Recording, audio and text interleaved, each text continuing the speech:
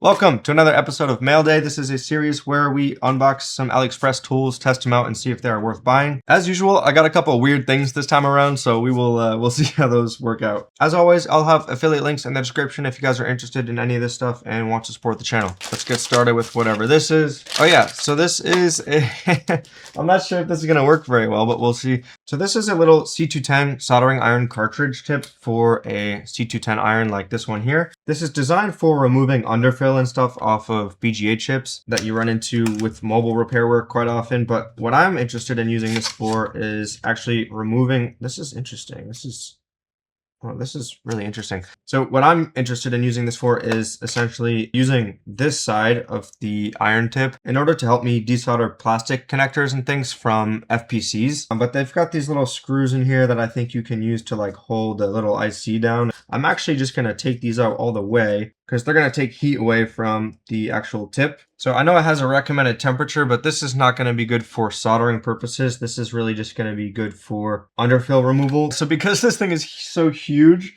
my G-Boon station is maxing out its wattage in order to get this to 355. So I have a little junk FPC we can mess around with here. I'm going to hold my iron down here with a heavy Omni vise, and then I want to see if we can get this connector off of here with just the hot plate. Yeah, that worked great. Look at that. That came off instantly. I think this might be a little bit too hot at 300 even. Yeah, I can get chips and stuff off of this FPC, no problem. I think the main issue with this is that it's like a little bit hard to hold the FPC while working on it, but it's a really nice cheap alternative to a hot plate. I'm very excited for these. So these are actually a bent version of the mechanic tweezers. So I've got the straight ones here, but honestly, I don't really use straight tweezers all that much, but these are really nice straight tweezers. I'm super glad that they came out with a bent version of these. So I think these are relatively new. I'll probably actually start using these instead of these that I normally use for my disassemblies and my go-to abuse tweezers, because these things are going to be really durable. They're not necessarily the most like precise things in the world. Oh, these feel really nice. These have this nice blue coating that helps prevent heat climbing up the tweezers and burning your fingers. We can check them out under the microscope here. Those are actually a lot more even than my other pair here. Here's the straight pair of these, and you can see these are a little bit like off, and these I use all the time are kind of just junky. One of the other things I like about these is they're really long. They're a little bit wider by default than tweezers like this, but they're just as easy to press together as these. They feel exactly the same almost. So I'm definitely going to be putting these guys to the test, and we'll see if they stick. Let's see what's in this guy. I don't know what this is based on the feeling. Oh, okay, yeah. So these are some extra little component containers that are a little bit larger. In my last AliExpress unboxing, I got a ton of these guys, and I have been using these things like crazy. They are really nice. They're these great little spring-loaded containers that you can connect to each other like little Legos, and I've been labeling them as well with my label maker. So I have all of the different switch screws here labeled so I can just grab the ones I need. So because I like these so much, I got some extra sizes of these, and I think you can even attach these to the small ones. Yeah. And these have also been really nice for keeping screws and stuff with a customer's device that is opened and I'm waiting for parts and I don't want to like have the screws all over my bench. I think we even have some even larger ones here. So let me see if I picked the right package. Yes, these appear to be the large ones. So we have the small, medium, and large size. And I'm loving the idea of these. These are going to be super nice. Again, you can hook these up to the other ones in any configuration you want. You can get different colors of these. But yeah, I'm going to be using these things every day. So really happy with those. Alrighty, let's try this one here. See what's in this. Yes, I'm excited to try these out. These are cool. So these are similar to these little squeeze bottles that I use for my IPA with this comically long needle on the end, or my flux cleaner in this yellow bottle here. The difference is these have a metal nozzle, and these, if I can get it out, have a plastic nozzle, and it's really small too. Wow. Let me zoom in on this. You can see just how thin that nozzle is. Now, the true test here is if these things leak, because I have gotten bottles like this before that leak, and these definitely do not leak, which I'm really happy about. It doesn't. Let's go. I hate leaking bottles. This is rare to find bottles that don't leak. So let me try with this nozzle now, which is really, really thin. And yeah, that works super great. Look at that. This is very exciting to be able to squirt IPA underneath chips directly and not have to worry about scraping the traces on the PCB with like metal nozzles that these come with. Every time I do RAM chips or a NAND and I don't want to have to throw the whole board in the ultrasonic cleaner, I always flush out the chips using a little bottle like this. This is going to be really great. I love how thin this nozzle is. You can really get it right underneath the chip. These are a win for sure. I'm liking these a lot. You can also buy these little nozzles separately if you don't want to buy the bottles. Okay, I'm pretty sure I know what this is. This should be interesting.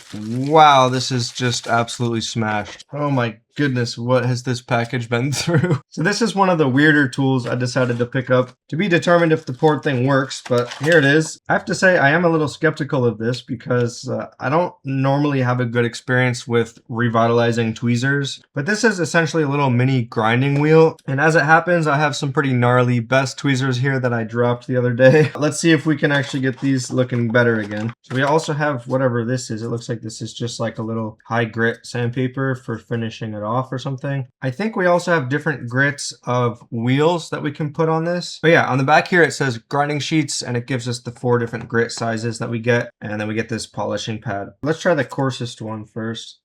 Just stick it on here. So like, how am I supposed to change these? Can you like pull these off easily after putting them on? Okay. To be fair, they come off. I suppose you could keep the adhesive as nice as possible and then change them out that way. We've got a little potentiometer here. We can run it, it looks like, on 5 volts or 9 volts, interestingly enough. So we'll plug this in. Why is it beeping at me? I think it was beeping at me because I had it turned up all the way. Whoa. Jeez. So before we try grinding them, you can see here are the tweezers that I'm going to try to fix. They're definitely in need of some help here. So let's give this thing a shot. I probably should wear a mask for this, but let's just go for it. Let's just turn this up to the max speed. Okay.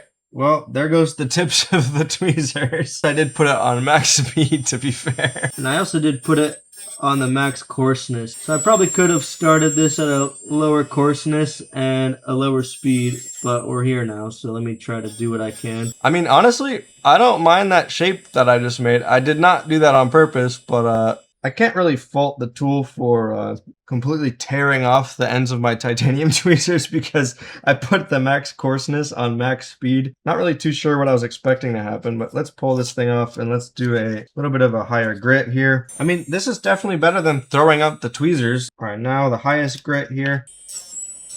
All right, I don't hate that shape, to be honest. That is not the worst shape ever. I think that was definitely user error on my part. This is definitely one of my more gimmicky finds on AliExpress, but I'm not actually too disappointed. I think this could come in handy. It's definitely a little bit intense for like super precision tweezers like this. This could actually come in handy for more than just tweezers, I think. I was not expecting that, but I don't hate it. Don't get me wrong, definitely a ridiculous purchase for how expensive it is. You could buy like 5 pairs of tweezers with the price of this. So I don't know. Depends on how many tweezers you regularly damage, I guess. Next, we have, yes, I'm very excited to have this. These are really nice high-speed USB-C cables. They do a great job of transferring footage for me. We can also test this actually with an LTT TrueSpec cable because very kind customer got one sent to me. So here we go. I've got the LTT TrueSpec cable, and this is the exact same length as these other ones. So here's the one I just tried next to it.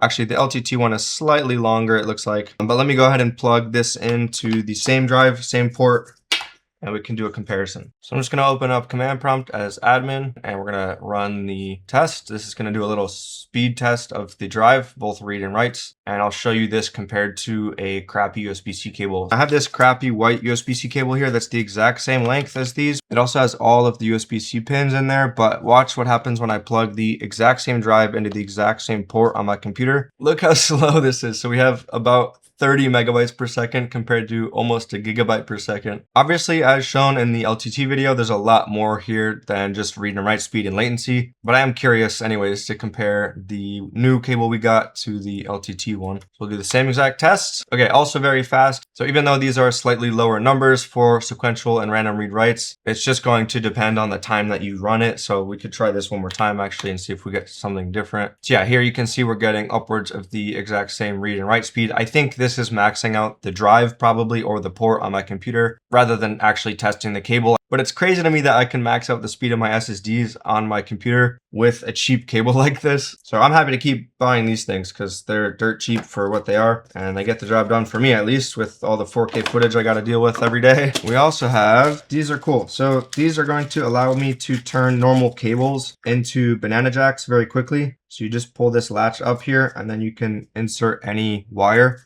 and then clamp down on it, and then you've got a banana jack. These sorts of little ports work super nice with these breadboard wires. So we can just pop one in and then pop it down, and this thing is not coming out, and we've got a banana jack wire that I can use on my bench power supply or on my multimeter and things like that. And it's nice, they come in red and black, so you can use them for positive, negative. And then what else do we have in here? This is a little dispenser, another liquid dispenser to test. This is from RF4, and it's kind of like an ergonomic squeeze bottle, I think. And it looks really weird. Whoa, okay.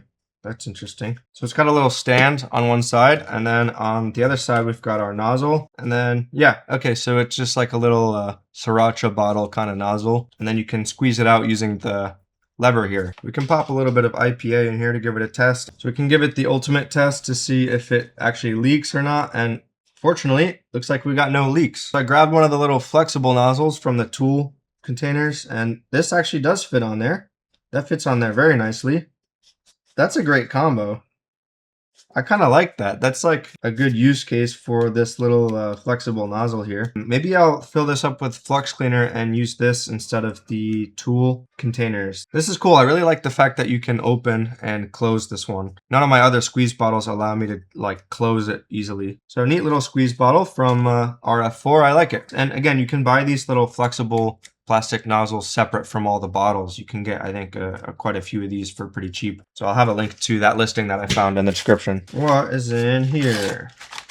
I don't know what this is. Oh, okay, this is a little opening tool. So I have been needing some more like shims that are actually thin. Oh, this is super thin. I'm really happy with this. So this is a nice little like versatile thin piece of metal to get in between phone screens and switch screens and things like that. I'm actually really happy with the thickness of this. I've got a non-working LCD here that we can test this on. Yeah, this is exactly the reason I got this thing, so I could take off old digitizers and replace them with new ones. Generally, you're not going to want to use a metal tool to separate the digitizer if you plan to reuse the digitizer, because it's going to scrape the paint underneath the digitizer. But in this case, I got this to start the process on screens that we're not going to reuse because it's nice and thin and a perfect shape to get a screen started after heating it up. What is in this guy here? Oh yeah, okay, these are the same thing that I got before.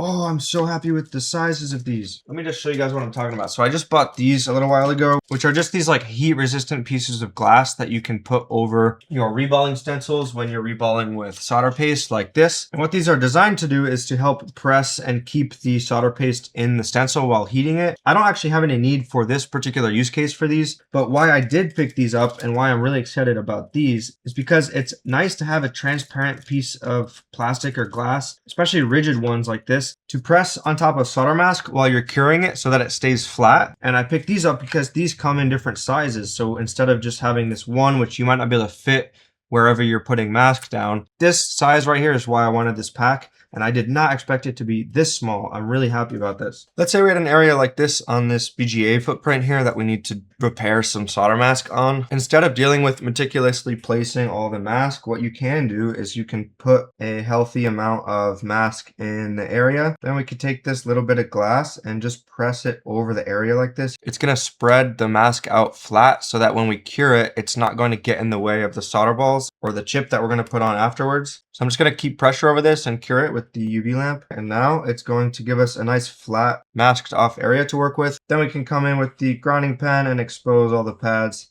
that we actually want to be able to solder to, and the remainder is going to be masked off. So there we go. Hopefully you get the idea. We've got 3 different sizes here, but I'm mostly buying this for the tiny one, to be honest. These are also heat resistant, so you can use hot air on these without damaging them. Again, I don't really have any use for it when it comes to its original purpose of pressing down on solder paste while you melt the solder balls with stencils like this. I don't generally have any issues with stencils like this. Oh yes, yeah, I'm happy about these. So these are the same thing as the mini pliers from Pros Kit I got, the bent needle nose pliers here. I've been loving these guys. So these are effectively the same thing, just wire cutters now. These aren't quite as pointy as I like my needle nose pliers, but let's see. So yeah, you can see that's about how sharp they are. They don't go to a little point, which I don't know how I feel about. So we'll see. Maybe I end up using these, maybe I don't. All right, this feels like tweezers.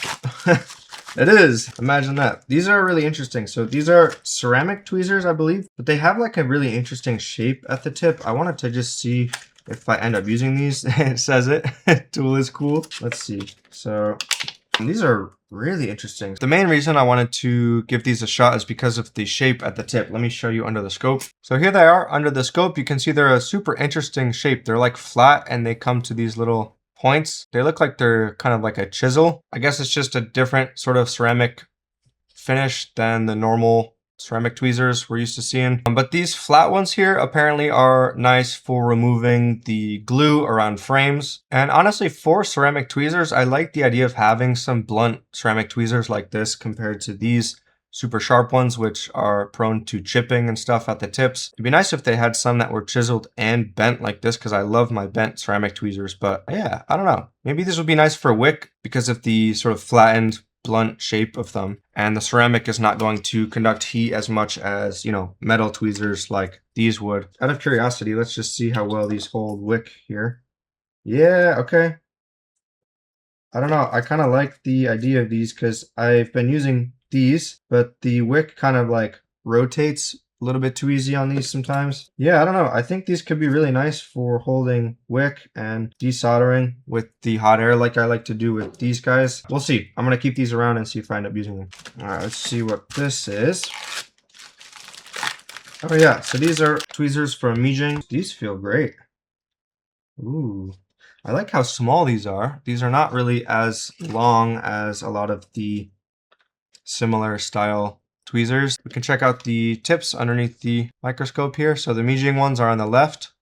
The tool ones are on the right. So actually, I remember why I bought these now. They're super light because they are titanium alloy tweezers. So they are similar to the material used for the best tweezers that I love. So they are super, super light compared to the stainless steel tweezers. You can just hear it probably. Those are heavy and those are much lighter. And I do think for tweezers, I prefer the titanium alloy feeling of the tweezers themselves versus the stainless steel. But yeah, let's give these a shot over time and see if I like these as well. All right, what's next? I think I know what these are. Yeah, so these are 90 by 90 stencils and they are for RAM and different NAND sizes. So I already have a bunch of these stencils, but they're the crappy, tiny, direct heated ones that I don't like. So these are just various sizes of DDR5, DDR4, DDR7, and we even have some NAND BGA footprints like this. So I can now use these along with the 90 by 90 jig that I like to use for reballing with solder balls. These stencils are very annoying to deal with. I'm not a big fan of them, at least, so I prefer the larger ones. I do already have the Ameo stencil that can do 6 DDR5 or DDR6 RAM chips at once, but there's plenty of other footprints that I won't have the luxury of using this with, so that's when those 90 by 90 stencils will come in handy. All right, and this is something I've been meaning to try for a while now. This is Teflon tape, which I'm wondering if it's going to be nice to cover plastic connectors in place of what I've been using, which is this aluminum tape. Because with the aluminum tape, I have actually had issues where if I apply heat long enough, the tape itself is going to heat up. So usually I'll put a few layers of Kapton and then this stuff on top, but I want to try with this instead to see if this stuff is going to do a better job. Not to mention that this stuff has like this annoying backing you have to deal with. So I don't know, maybe this will be a little bit less annoying to work with here. Let's try this on this delaminated donor board here on the plastic SD card slot connector. So normally what I'll do is I'll put a couple layers of Kapton tape, and then now let's pop this on. So let me just blast this thing now with really hot air. Let's do 450 degrees Celsius, and our connector's right here. So I'm just gonna hit that directly. Let's try to pull this off now and see how the connector did. That is completely untouched. Wait, let's get the microscope on that. Look, that connector is totally fine. I put hot air on that for a long time. Wow, okay. This is definitely the winner. Look how thick this stuff is, and it still sticks to where I put it even after applying heat. So I'm liking this stuff. So that's everything I got today. I think the winners for this episode are gonna have to be, I love these tweezers already. I'm really excited to start using these. And I'm really excited to start using these soft nozzles and the closable solvent bottle I got. I really didn't expect that this was going to be on the top of my list today, but it's really nice how thin these soft nozzles are, and those are going to be really nice to clean underneath chips. And then obviously I'm obsessed with these containers. I'm excited to start using the larger ones for consoles and things that have larger screws or components that I can keep with people's consoles while I'm waiting for parts, so I don't have screws all over the place. So yeah, lots of small little things today, but everything I'm really happy with. The tweezer sharpener is weird. I still don't know how I feel about it. It's definitely kind of like a gimmicky thing, but I guess it'll be nice to have lying around if we need a mini grinder. But yeah, anyways, I appreciate you guys for watching, and I will see you in the next video. Peace.